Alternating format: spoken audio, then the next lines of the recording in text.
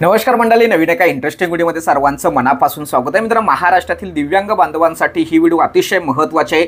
राज्य सरकारच्या माध्यमातून दिव्यांग व्यक्तींना प्रत्येक महिन्याला 1500 रुपये ते 2500 रुपये त्यांच्या खात्यामध्ये जमा होतात. यापूर्वी 1500 रुपये येत होते, आता 2500 रुपये येतात. परंतु मित्रांनो, राज्य सरकारच्या माध्यमातून फक्त ही एकच पेन्शन योजना राबवली जात नाहीत, तर दिव्यांग बांधवांसाठी दिव्यांग कल्याण मंत्रालयाच्या माध्यमातून, सामाजिक व न्याय विशेष विभागाच्या माध्यमातून, समाज कल्याण विभागाच्या माध्यमातून अनेक वेगवेगळ्या योजना राबवल्या जातात. आता या ठिकाणी मी तुम्हाला 16 प्रकारच्या योजना सांगणार आहे आणि 16 प्रकारच्या योजना सद्यस्थितीला 2025 आणि 26 या आर्थिक वर्षासाठी राज्य सरकारच्या माध्यमातून जाहीर सुद्धा केलेल्या आहेत. थेट 12,000 रुपये तुमच्या खात्यामध्ये येणार आहेत, लक्षात ठेवा. तर त्या 12,000 रुपयाची नेमकी योजना काय आहे? 16 प्रकारच्या योजना तुमच्यासाठी लागू केलेल्या आहेत, परंतु त्या योजनांमध्ये तुम्ही बसताय का?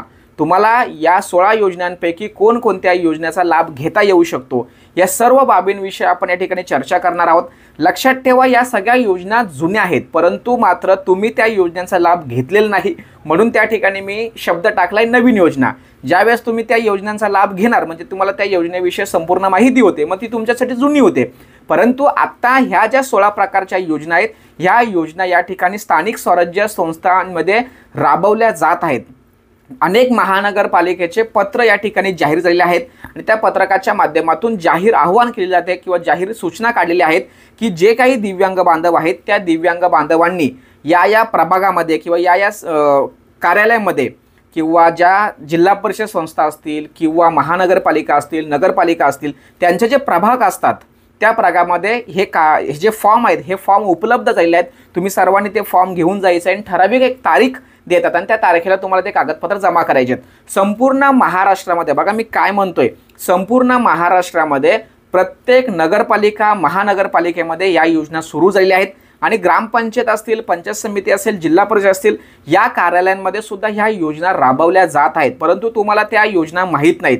आता मी ज्या 16 प्रकारच्या योजना तुम्हाला सांगणार आहे, त्या सर्व योजना महाराष्ट्रातील प्रत्येक ग्रामपंचायत, प्रत्येक पंचायत समिती, प्रत्येक समाज कल्याण विभाग, प्रत्येक महानगरपालिका, प्रत्येक नगरपालिकामध्ये या योजनांचा लाभ दिव्यांग बांधवांना दिल्या जातात. परंतु तुमच्यापर्यंत ती माहिती न पोहोचल्यामुळे तुम्हाला त्या माहीत नसतात आणि मग मात्र काय होतंय, जी लोकांना खऱ्या अर्थाने गरज आहे त्यांच्यापर्यंत त्या योजना पोहोचत नाहीत आणि बोगस लोक मध्ये डोकं घालतात आणि त्या योजनेचा लाभ घेऊन टाकतात आणि मग आमच्या खऱ्या बांधवांना या योजना पुरवण्यासाठी सरकारकडे निधी उपलब्ध नसतो.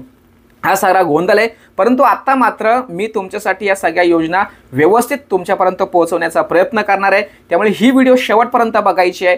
एक एक योजना समजून घ्या. त्या योजना नेमक्या कशा पद्धतीने आहेत, तुम्हाला त्यामध्ये बसता येतं का, तुम्ही त्या योजनेचा लाभ घेऊ शकता का, ह्या सगळ्या गोष्टी आपण समजून घेणार आहोत. तर चला आपण डायरेक्ट आता जे राज्य सरकारच्या माध्यमातून, जे महानगरपालिका किंवा नगरपालिका यांच्या माध्यमातून जे पत्रक जाहीर करतात, ते पत्रक तुम्हाला एक नॉमिनल म्हणून मी तुम्हाला दाखवतोय. हे जे पत्रक आहे, हे पत्रक एका महानगरपालिकेचं आहे असं सर्वच महानगरपालिका किंवा सर्वच पंचायत समिती, सर्वच जिल्हा परिषद किंवा समाज कल्याण विभागाचं हे पत्रक, अशा पद्धतीचं पत्रक जाहीर झालेलं आहे. तुम्ही फक्त त्या योजना आता समजून घ्या आणि तुमच्या विभागामध्ये किंवा तुमच्या ग्रामपंचायत असेल, पंचायत समिती असेल, जिल्हा परिषद असेल, तर या ठिकाणी त्या योजनेच्या संदर्भात माहिती घ्यायची आहे. तर चला त्या 16 योजना नेमका कोणत्या आहेत ते आपण या ठिकाणी जाणून घेऊया. तर बघा मित्रांनो, या ठिकाणी दिव्यांग व्यक्तींसाठी पुढील कल्याणकारी योजना राबवल्या जातात. तर यामधील अतिशय महत्त्वाची पहिली योजना, दिव्यांग विद्यार्थ्यांना शालेय शिक्षणाकरिता शिष्यवृत्ती व अर्थसहाय्य दिलं जातं. त्याचबरोबर दिव्यांग विद्यार्थ्यांना उच्च शिक्षणाकरिता शिष्यवृत्ती व अर्थसहाय्य दिले जातात. आपल्या व्हॉट्सअप ग्रुपमध्ये अनेक विद्यार्थी आहेत जे कॉलेज करतायत. त्यांच्या वेगवेगळे कमेंट्स असतात की सर आम्हाला असं काही नियम आहे का त्या नियमाच्या अंतर्गत आम्हाला स्कॉलरशिप मिळू शकते, शिष्यवृत्ती मिळू शकते, अर्थसहाय्य. आता स्कॉलरशिप आणि अर्थसहाय्य वेगवेगळे प्रकार आहेत. जर तुम्हाला त्याच्याविषयी माहिती हवी असेल तर नक्की कमेंट्स करा, मी त्यावरती नक्की व्हिडिओ बनवेल. त्याचबरोबर बघा, तिसरा, दिव्यांग विद्यार्थी यांना जिल्हास्तर खेळाडूकरिता शिष्यवृत्ती व अर्थसहाय्य देणं. म्हणजे माझे दिव्यांग बांधव हे खेळाडू आहेत, तर त्यांना सुद्धा या ठिकाणी सेपरेट अर्थसहाय्य किंवा शिष्यवृत्ती दिली जाते. त्याचबरोबर चौथा मुद्दा बघा, दिव्यांग व्यक्ती किंवा विद्यार्थी असतील त्यांना राज्यस्तरावरती खेळाडू शिष्यवृत्ती किंवा अर्थसहाय्य सुद्धा या ठिकाणी दिलं जाणार आहे. त्याचबरोबर पाचवा मुद्दा बघा, दिव्यांग व्यक्ती असतील किंवा विद्यार्थी असतील यांना राष्ट्रीय स्तर खेळाडूकरिता शिष्यवृत्ती व अर्थसहाय्य देणं त्याचबरोबर दिव्यांग व्यक्ती विद्यार्थी यांना आंतरराष्ट्रीय खेळाडूकरिता शिष्यवृत्ती व अर्थसहाय्य देणं.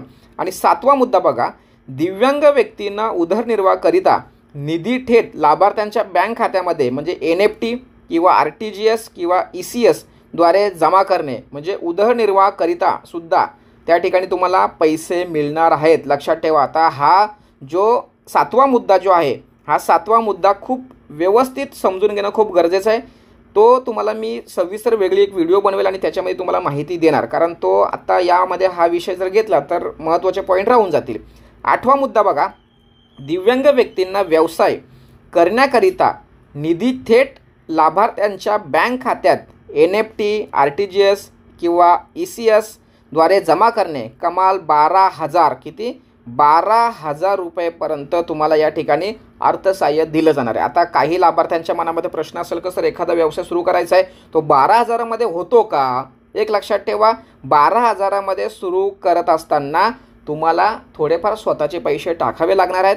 पण 12,000 रुपयामध्ये तुम्ही एखादा स्टॉल किंवा करता येतो व्यवसाय, काही अडचण नाही आहे. पण तुम्हाला सुरू तरी करणं गरजेचं आहे. बाकीचे पैसे तुम्हाला स्वतःला टाकावे लागणार आहेत आणि बाकीचे पैसे सरकार तुम्हाला देणार आहे. पण 12,000 रुपये तुम्हाला थेट तुमच्या खात्यामध्ये जमा होणार.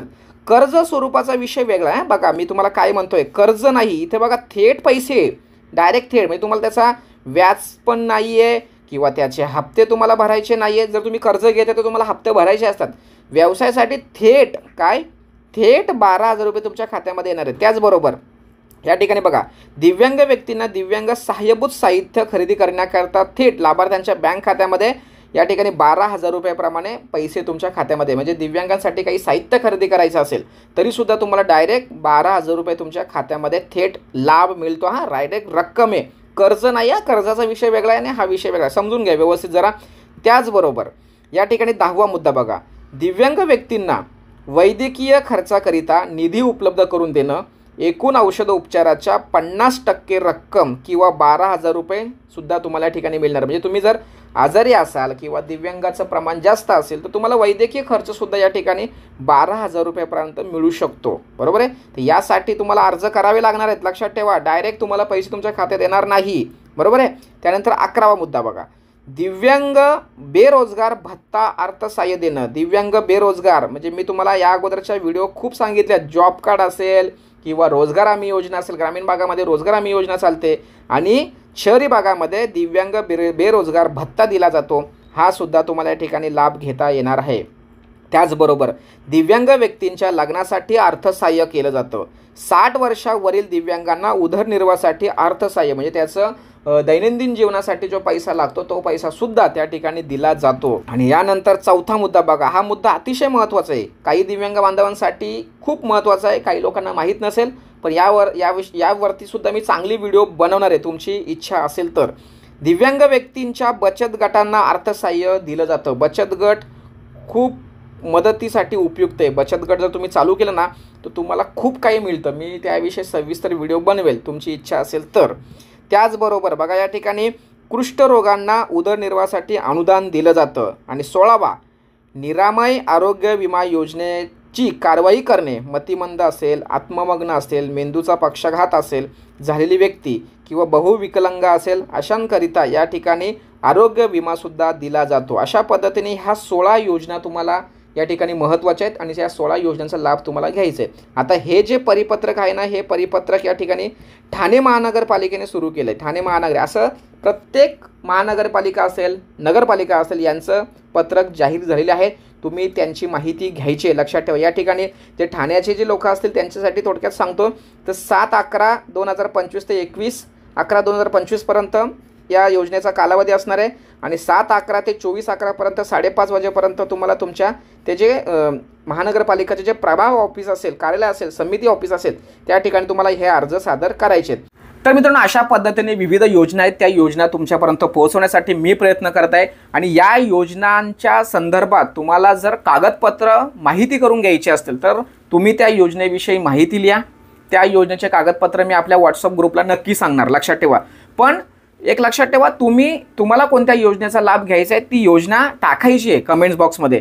म्हणजे मी त्यावरती ओव्हरऑल विचार करून, ओव्हरऑल माहिती घेऊन आणि सगळ्यांच्या योजनांची लिस्टिंग करून शॉर्टलिस्ट करून मी आपल्या व्हॉट्सअप ग्रुपमध्ये त्या संदर्भात लागणारे सर्व कागदपत्र पाठवणार आणि मग त्या कागदपत्रानुसार तुम्हाला अर्ज करायचा आहे। अशा पद्धतीने ही व्हिडिओ महत्त्वाची होती। सर्वांनी कमेंट्स करायची आहे, इतरांसाठी उपयुक्त आहे, तुमच्यासाठी उपयुक्त आहे, माहितीपूर्वक व्हिडिओ बनवलेले आहे। सदर व्हिडिओ सदर माहिती सर्वांना शेअर करा। भेटूया पुढील व्हिडिओसह, तोपर्यंत धन्यवाद। जय हिंद, जय महाराष्ट्र।